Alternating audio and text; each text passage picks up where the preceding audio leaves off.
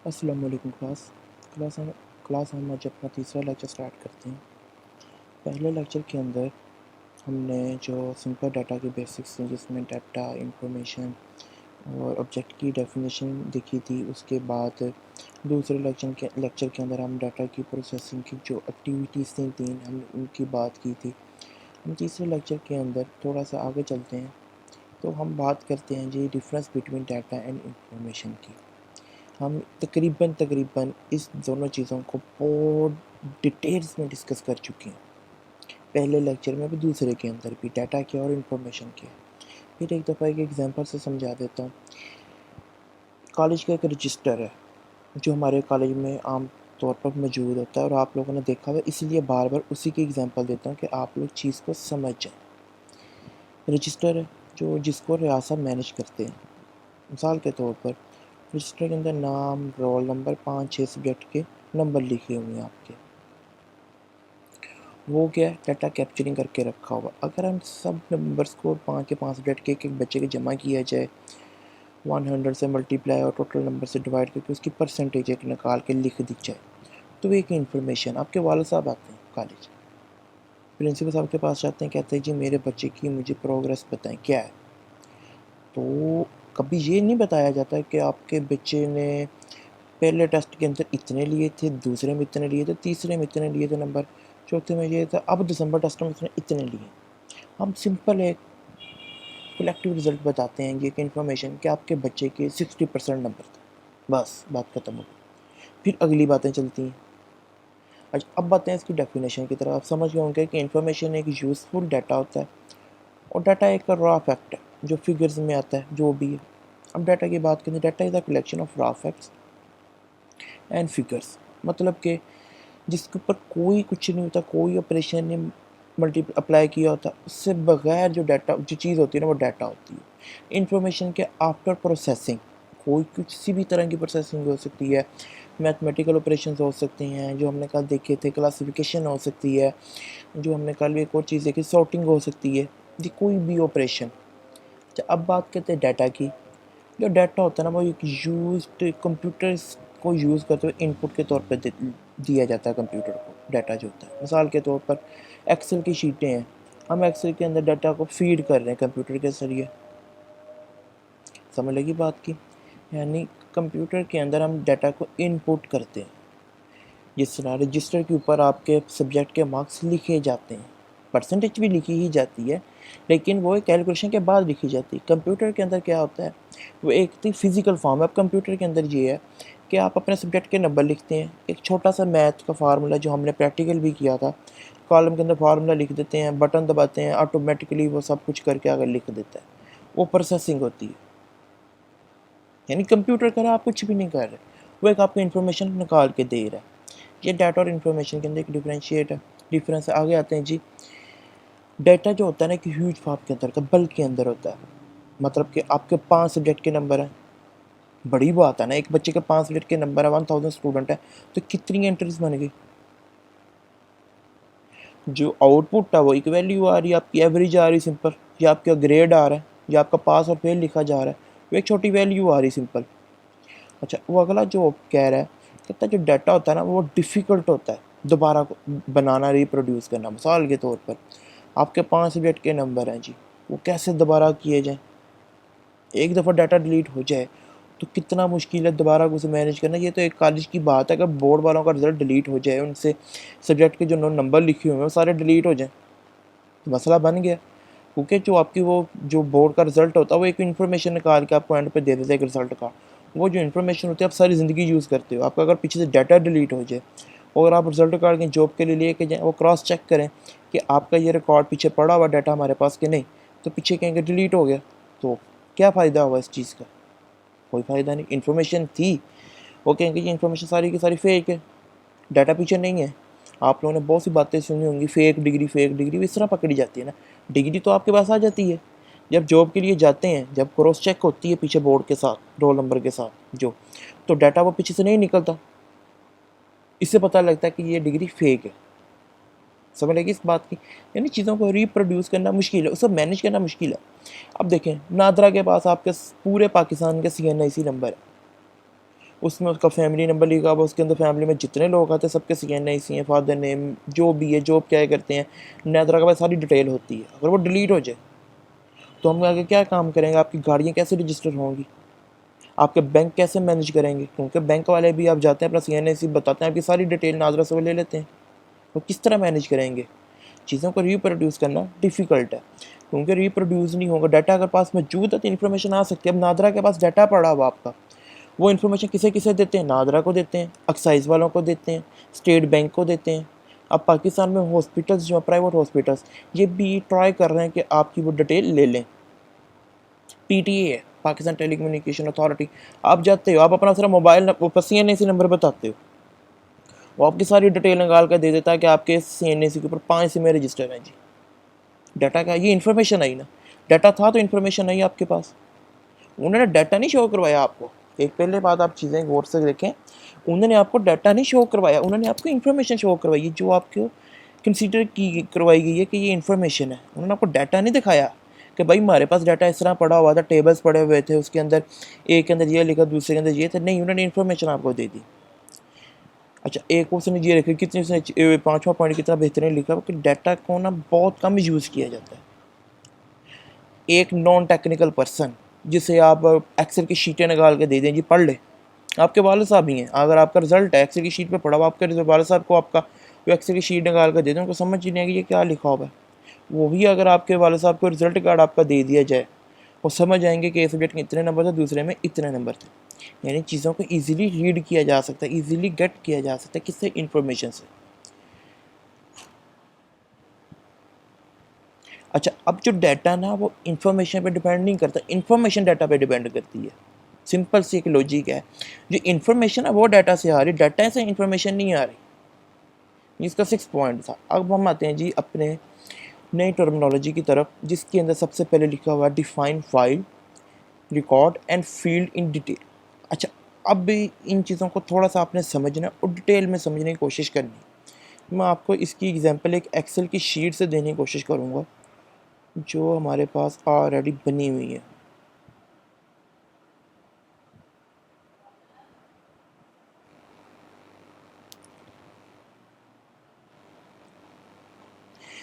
ये बच्चे एक एक्सेल की शीट आई है हमारे पास।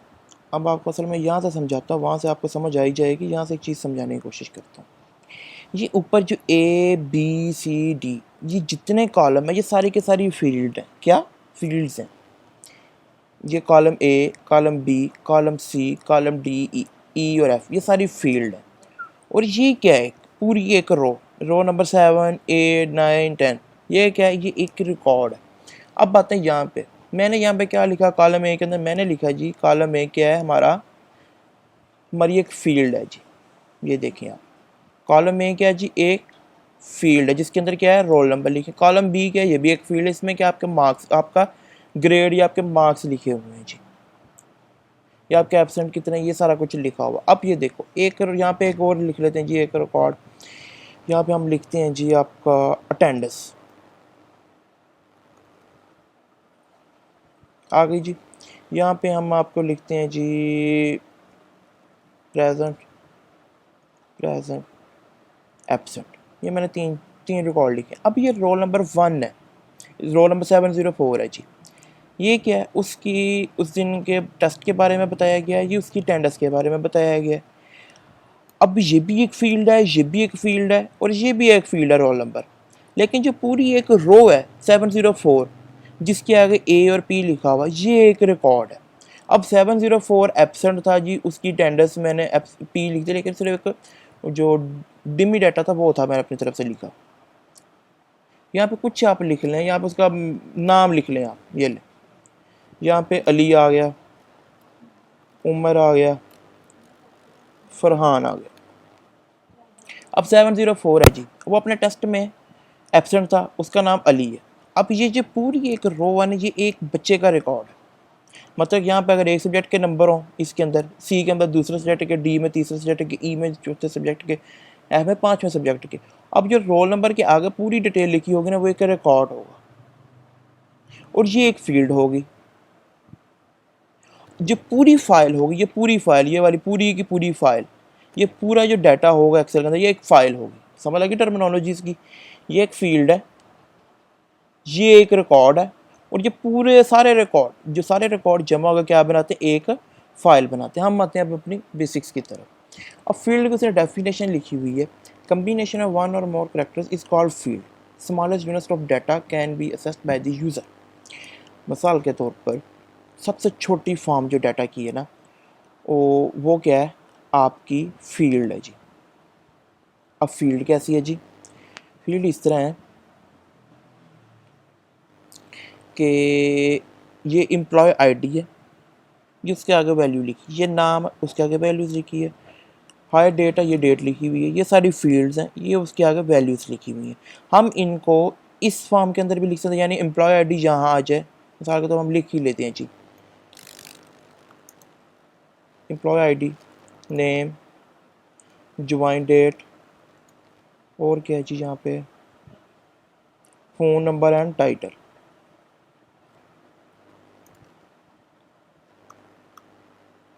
ठीक हो गया। ये देखिए, ये फील्ड्स हैं। उसने फील्ड्स को कैसे रिप्रेजेंट करवाया, उसने रिप्रेजेंट यहाँ से करवाया। हम आगे जाके देखेंगे उसने एक सिर्फ एग्जांपल दी हुई है। रियलिटी में ऐसे कभी भी डाटाबेस के अंदर चीज़ें नहीं लिखी जाती। डाटाबेस के अंदर चीज़ें हमेशा इस तरह मौजूद होती हैं। ये सिर्फ उसने आपको समझाने के लिए बताया कि फील्ड क्या और डाटा, फील्ड क्या है, फाइल क्या है, डाटा क्या है, रिकॉर्ड क्या है। ये क्या थी, ये हमारी एक फील्ड थी, और फील्ड को उसने ऐसे भी रिप्रेजेंट करवाया हुआ है सारा। अब ये क्या है, रिकॉर्ड है जी। अब ये अगर 704 के बारे में लिखूँ सारा कुछ, उसकी एम्प्लॉय आईडी मैं 11 लिख दूँ, नेम उसका अली लिखा हुआ यहाँ पे भी अली मैं लिख देता हूँ, जॉब डेट का लिखता हूँ, उसमें लिख देता हूँ 2 जून लिख देता हूँ, फ़ोन नंबर कुछ भी हो सकता है, आपको पता ही है, टाइटल मैनेजर लिख दिया जी। ये एक था। अगर 707 के बारे में लिखूँ, उसकी मैं एम्प्लॉय आईडी को लिखूँ, उसका मैं नाम भी लिखूँ, उसकी मैं जॉब ज्वाइन डेट भी लिखूँ, फ़ोन और टाइटल, ये दूसरे बंदे का रिकॉर्ड आ गया। इस तरह तीसरे का, चौथे का, पाँचवें का, छठे का, इस तरह डाटा को तरतीब देना आसान है। अगर हम इस फॉर्म में लिखें चीज़ें, तो हर बंदे के लिए एक अलहदा कॉलम बनेगा। देख रहे हो जी, उसमें उसकी एम्प्लॉय आईडी, उसमें उसका ये देखें, आप देखें ये डायग्राम बनी हुई, हर बंदे के लिए अलहदा चीज़ें देख रहे हैं। ये एक अली रज़ा के लिए था, ये उस्मान खालिद के लिए, अब्दुल्ला के लिए, जमाल नासिर के लिए, ये इस्लाम महमूद के लिए। अगर ये रिकॉर्ड इधर लिखा होता कितना आसान हो जाना था, एक जगह पर सारा कुछ आ गया। समझ लगी इस बात की। चलें हम अब अपनी तरफ आते हैं जी। अब फील्ड की समझ आ गई। फील्ड क्या है, एक कॉलम का जो नाम होता है ना, जो एक कॉलम है वो एक फील्ड है। एक रिकॉर्ड जो होता है ना, वो कलेक्शन ऑफ फील्ड्स होता है। मसलन employee ID, name, hire date, join, title, phone, उसके आगे जो वैल्यूज लिखें सबको मिला के एक रिकॉर्ड बनता है। मिसाल के तौर पर ये सारा, ये एक रिकॉर्ड है, ये सारा एक रिकॉर्ड है, ये दूसरा रिकॉर्ड है, ये तीसरा रिकॉर्ड है। जो ये है, ये एक फील्ड है, ये भी एक फील्ड है, ये भी एक फील्ड है, ये भी एक फील्ड है। उसने क्या कहा, जो फील्ड होती है, उसने कहा ये सबसे छोटा यूनिट होता है किसका, डाटा का। समझ लगी इस बात की, फील्ड। अब कलेक्शन ऑफ फील्ड क्या है, रिकॉर्ड है। मतलब name, employee ID, join date, phone, title मिला के क्या बना रहे हैं, रिकॉर्ड। मतलब कि उसका बंदे का नाम अली था, उसकी एम्प्लॉय आईडी मैंने 111 लिखी है जी, उसकी ज्वाइन डेट लिखी हुई है, उसका फ़ोन नंबर, उसका टाइटल लिखा है, ये सारे मिलके एक रिकॉर्ड बना रहे हैं। अब इस तरह सारे रिकॉर्डों को जमा करो तो ये क्या बन जाएगी, एक फ़ाइल। समझ लगी इस बात की। ये सिंपल डेफिनेशन है जो आपने याद करनी है, और ये कॉन्सेप्ट्स हैं जो आपने ले लेना है। अगर नहीं समझ लगे तो आपने मेरे से लाजमी पूछ लेना। मैंने कोशिश तो की है कि आपको इस चीज़ की समझ आ जाए। एक बात, हमेशा जो फील्ड का नाम होता है वो यूनिक होता है।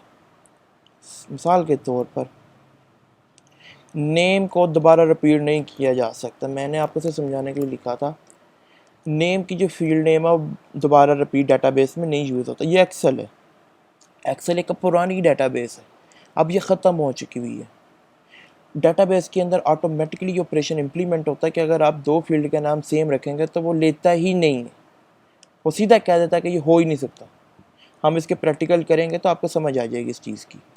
अब रिकॉर्ड के बारे में से लिखा है, collection of related field use a single unit is called a record. For example employee record include, उसने बताया जो एम्प्लॉय रिकॉर्ड के अंदर क्या क्या चीज़ें, ये सारा कुछ है। Employee ID, name, hire date, job title and phone number. ये देखिए मिसाल के तौर पर ये सारा कुछ, ये ठीक है। हम अब आगे आते हैं जी फाइल के अंदर। फाइल उसने लिखा है collection of related record use a single unit is called a file. File is now as a data set. ये याद रख लेना, ये एमसीक्यूज आता है कि फाइल का दूसरा नाम क्या, सेकंड नेम क्या या सेकेंडरी नेम क्या उसका। डाटा सेट है। File are store on different storage media. अब देखें जी, ये एक्सेल की फ़ाइल है। हम एक्सेल की फ़ाइल को कहाँ कहाँ यूँ रख सकते हैं? मोबाइल के अंदर, यूएसबी के अंदर, कंप्यूटर के अंदर, फेसबुक के अंदर, गूगल ड्राइव के ऊपर, ड्रॉप बॉक्स के ऊपर, जहाँ जहाँ भी चीज़ें स्टोर हो सकती हैं, क्लाउड के ऊपर, जो अमेज़ॉन के क्लाउड है उसके ऊपर भी रख सकते हैं। जगह जगह पे आप इसको रख सकते हैं। अच्छा, उसके बारे में बता रहा हूँ, सारा कुछ वही आगे बताया हुआ है। एम्प्लॉय फाइल में contain the record of hundreds of employee. जिस तरह ये है जी, कितने स्टूडेंट है मेरे पास, ये मेरी एफ ए की क्लास सेकेंड ईयर थी। अब इसके अंदर 58 रिकॉर्ड है, लेकिन ये स्टार्ट कहाँ से हो रहे हैं जी? तो ये हो रहे हैं 13 से। अब हिसाब लगा लें कितने बच्चों का रिकॉर्ड मेरे पास सेव था। ये सारा रिकॉर्ड है, यानी एक पूरी फाइल एक रिकॉर्ड होती है। इसमें 1000 स्टूडेंट होते। अब आपको उसी में मैंने एक दिन दिखाया था कि एक्सेल के अंदर, सिंपल एक्सेल के अंदर कितने रिकॉर्ड आ सकते हैं। मैंने आपको उसी भी निकाल के एक दफ़ा दिखाया था, तो हम देख सकते हैं कि तकरीबन इसके अंदर 36,000 थे तकरीबन, ये जिसके राउंड अबाउट एक्सेल के अंदर रिकॉर्ड सेव हो जाते हैं। मतलब इतनी ज़रोज़ उसके अंदर होती हैं एक्सेल की एक फ़ाइल के अंदर। अच्छा, उसने आगे उसके अंदर इसके बारे में कुछ और तो नहीं लिखा हुआ, बस ये चीज़ें हैं जी। आपका ये तीसरा लेक्चर कंप्लीट हुआ, कल हम इसके ऊपर बात करेंगे। अब बात करते हैं अपने असाइनमेंट के ऊपर। हमारी जो असाइनमेंट होगी वो बहुत बेसिक होगी। हमने 3 लेक्चर ले लिए। आपने क्या करना है, आपने अपने रजिस्टर के ऊपर इन 3 लेक्चर में से 10 सवाल निकाल लें। क्या? 10 सवाल अपनी मर्ज़ी से निकाल लें, लेकिन ऐसे सवाल नहीं निकालने what is data, what is information, ऐसे सवाल हों। सवाल ये हों, difference between data and information, difference between file and record, difference between record and file, इस तरह की चीज़ें। why collection of record is called file, हम collection of record को file क्यों कहते हैं, ये चीज़ें। जिस तरह इसकी मैं इसका जवाब दे देता हूँ कि कलेक्शन ऑफ रिकॉर्ड को फाइल क्यों कहते हैं, क्योंकि वो जो रिलेटेड रिकॉर्ड होते हैं, मिसाल इसकी एक टेक्निकल टर्मिनोलॉजी समझ लें, जो रिकॉर्ड फाइल होती है ना वो हमेशा रिलेटेड होती है। मिसाल के तौर पे यहाँ पे सिर्फ स्टूडेंट का डाटा होगा, यहाँ पे टीचर का डाटा नहीं होगा। इस फाइल में टीचर के डाटा के लिए एक अलहदा फाइल होगी, ये वाली। हमेशा एक फ़ाइल में एक तरह का डाटा होता है, मतलब कि स्टूडेंट का डाटा स्टूडेंट का डाटा होगा इसके अंदर। दूसरी शीट के अंदर क्या है, टीचर का रिकॉर्ड है, तो टीचर के वो फाइल होगी टीचर के डाटा के रिलेटिव। एक फाइल जो फाइल है वो एक चीज़ को रिप्रेजेंट करवा रही होगी। अगर वो स्टूडेंट के रिलेटेड है तो स्टूडेंट को शो करवा रही है, यानी वो रिलेटेड चीज़ होती है। अब ये तो नहीं हो सकता ना कि आपका यहाँ पे मैंने एम्प्लॉय आई डी वगैरह बच्चों के रोल नंबर लिखे हैं, उनके मार्क्स लिखे हैं, उनकी परसेंटेज लिखी, तो यहाँ पे मैं टीचर की सैलरी भी शो करवा दूँ। टीचर की सैलरी का बच्चे के मार्क्स के साथ क्या ताल्लुक? कोई ताल्लुक नहीं है। समझ लगी इस बात की? या टीचर के मोबाइल नंबर के साथ क्या ताल्लुक उसके रिजल्ट कार्ड का? कोई ताल्लुक नहीं है। ये चीज़ें, ये टेक्निकल चीज़ें आपने इस तरह के मुझे 10 सवाल हर बच्चे ने बनाने, और कल शाम 6 से 8 के दरमियान आप जब मर्ज़ी सेंड करें। कल 8 बजे तक आप मुझे जब मर्ज़ी सेंड कर सकते हैं।